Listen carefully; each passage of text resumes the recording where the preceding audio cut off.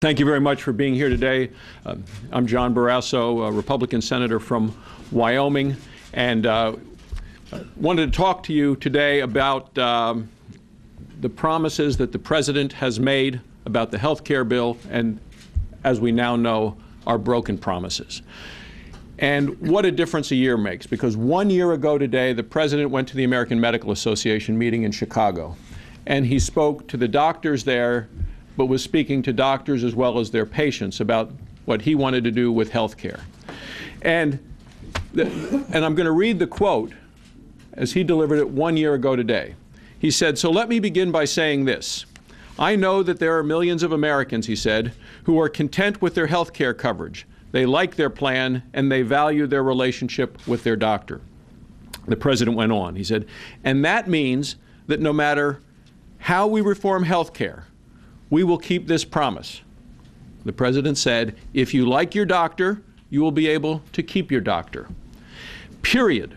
He then said, "If you like your health care plan, you will be able to help to keep your health care plan. Period." He said, "No one will take it away, no matter what." Well, here we are. It's a year later. Last September, the President said nothing in this plan, his health care bill, will require you or your employer to change the coverage or the doctor you have. And then at the town hall meeting with the seniors just last week, he said, if you like your doctor, you can keep your doctor.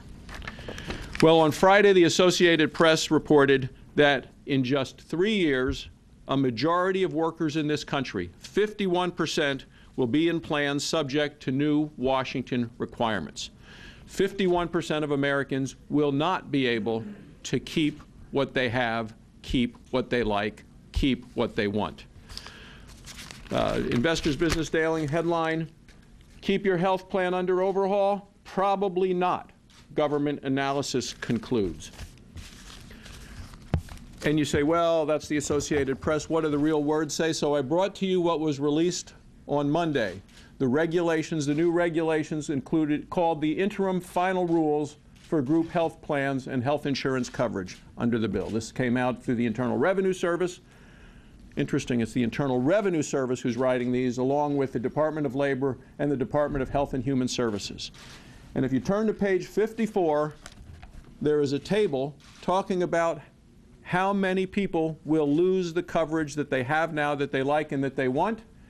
And for all employer plans through 2013, 51%, a majority of Americans receiving health care through their employer, will not be able to keep the plan they want, to keep the plan they like. Complete violation of the promise the President made to the American people.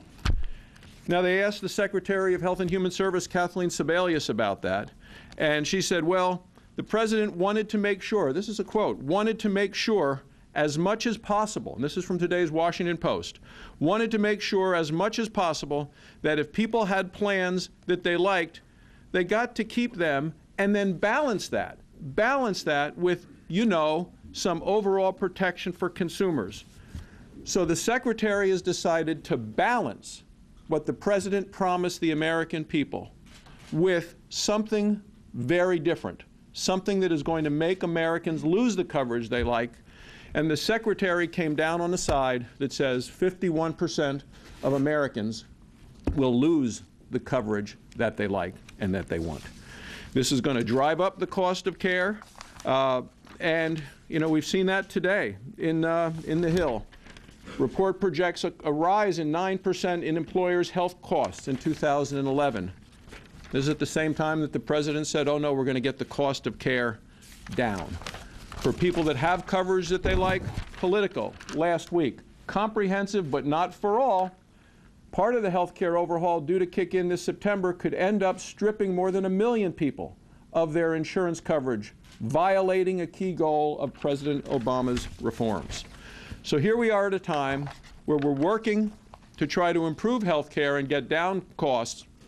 The President's words, as here on this board, are not what the American people are finding out to be the truth. They are not what the American people want. And then to add on top of that, the Secretary has sent out a mailer to almost 50 million Americans on Medicare that, in my opinion, is extremely misleading, paid for by the American taxpayers with estimates between $16 and $20 million cost to taxpayers. My mom got one in the mail in a nice envelope, postage paid by us, the government, the taxpayers of this country. And because of the things that are in this mailer, a number of Republicans signed and sent a letter to Kathleen Sebelius on May 27th that said, we need some answers about this mailer. The deadline for the response was last Friday. We have not yet heard from the Secretary on that.